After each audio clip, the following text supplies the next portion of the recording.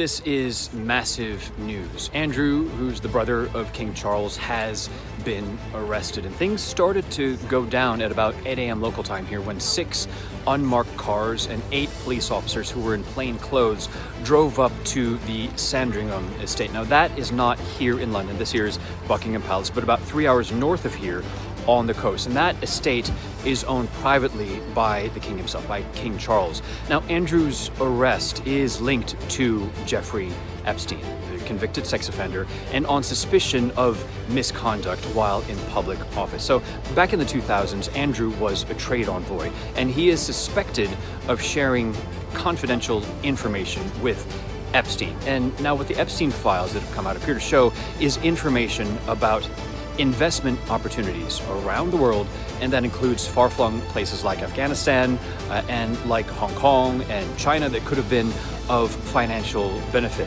Now, police confirmed that they did arrest a man in his 60s, and they're searching 2 addresses. And his arrest means that they can access pretty much everything: his computers, his files, any photographs, any other evidence, and it could extend to other areas, other places too.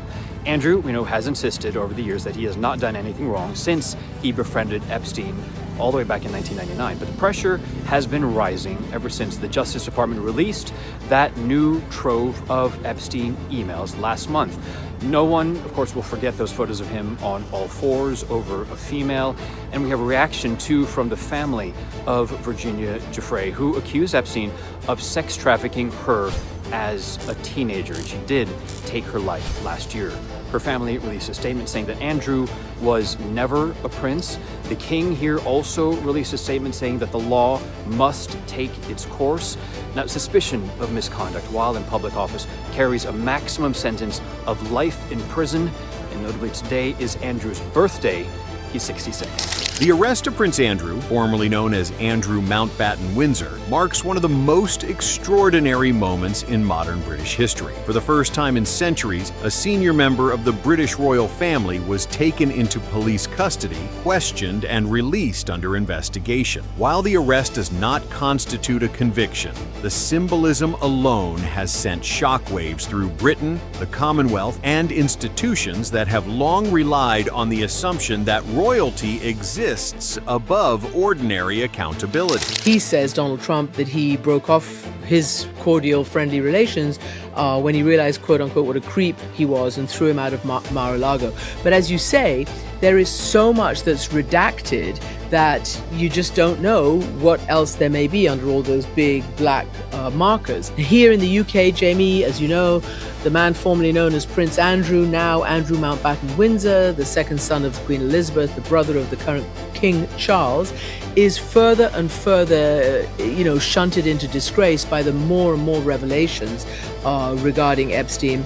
There was a picture of for most people it would be a lovely cottage, but for Prince Andrew, it's a real step down of a cottage almost enshrouded in trees on the Sandringham estate, which is in Norfolk, which is way away from, all the access and culture and social life he had at Windsor. Prince Andrew was arrested on February 19, 2026 by Thames Valley Police on suspicion of misconduct in public office, a serious offense under British law that carries a potential maximum sentence of life imprisonment. Authorities have emphasized that the investigation remains active and ongoing, and that Andrew has not yet been charged. Still, the decision to arrest and detain him for questioning represents a dramatic escalation in a saga that has already battered the credibility of the monarchy for years. Emily, it's been nearly 7 years since the interview. Are you surprised that an arrest on any allegations didn't happen in 2019? Honestly, I am stunned by what's happened today.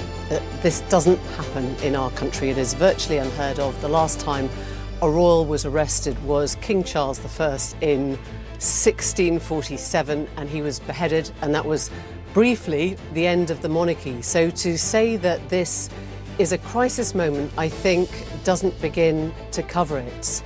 Andrew, no longer Prince Andrew, is still 8th in line to the throne. He still lives in a royal residence on a royal estate. It's not the one that he used to live at, it's not the one next to Windsor Castle, but he is essentially still in line to the throne. So I think that gives you the perspective, really, of just the gravity of what has happened today.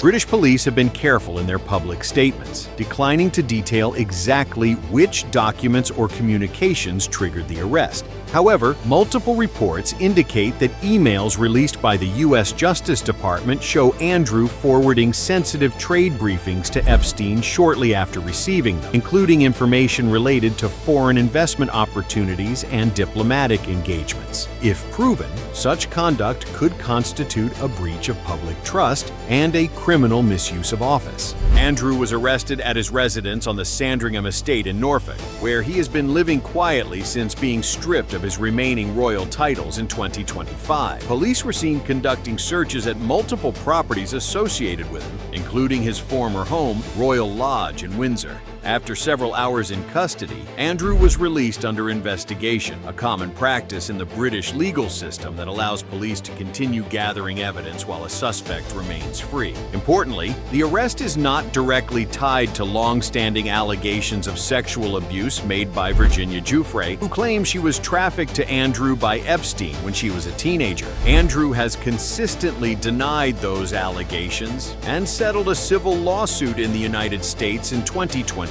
without admitting wrongdoing. British police have stated that the current arrest relates specifically to suspected misconduct in public office, not sexual offenses, though the broader Epstein context is impossible to ignore. This public distancing reflects a broader strategy that has been unfolding for years. Andrew was forced to step back from royal duties in 2020, stripped of military titles by Queen Elizabeth II in 2022, and finally had all remaining honors and styles removed by King Charles in 2025. He no longer represents the monarchy in any official capacity, yet his proximity to the throne, still 8th in line of succession, has continued to pose a reputational risk. For many Britons, the arrest has become a litmus test for whether the principle of equality before the law truly applies to the country's most powerful families. Legal experts have noted that the offense Andrew is suspected of, misconduct in public office, is notoriously difficult to prosecute,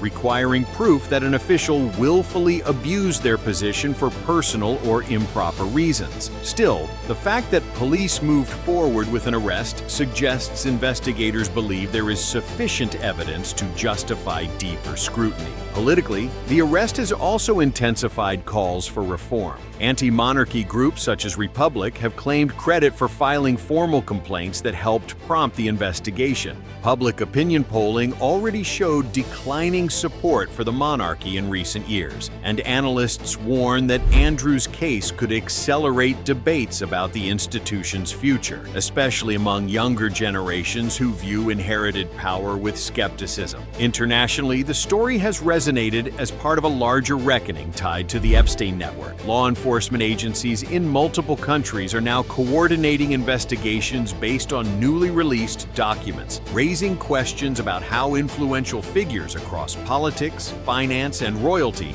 may have enabled or benefited from Epstein's access. In this context, Andrew's arrest is being seen not as an isolated incident, but as part of a broader shift toward accountability for elites once considered untouchable. Andrew's legal team has reiterated his denial of wrongdoing, stating that he cooperated fully with authorities and intends to continue doing so. Under British procedure, he may remain under investigation for weeks or months before prosecutors decide whether to bring formal charges. If charges are filed, the case would proceed in the name of the Crown, an ironic and unprecedented scenario in which the King's government prosecutes the King's brother.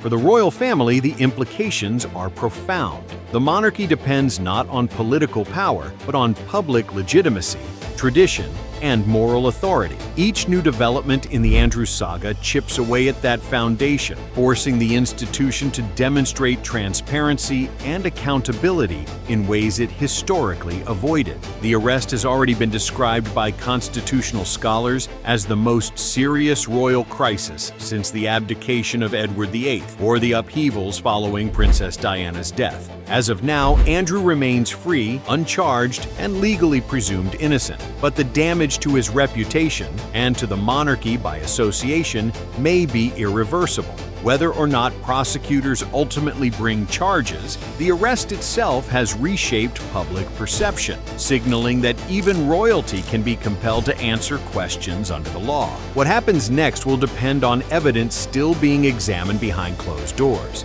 Police continue to analyze documents, interview witnesses, and coordinate with international counterparts. Meanwhile, the monarchy presses forward with its public duties, projecting stability amid turmoil. The contrast between tradition and accountability has never been sharper.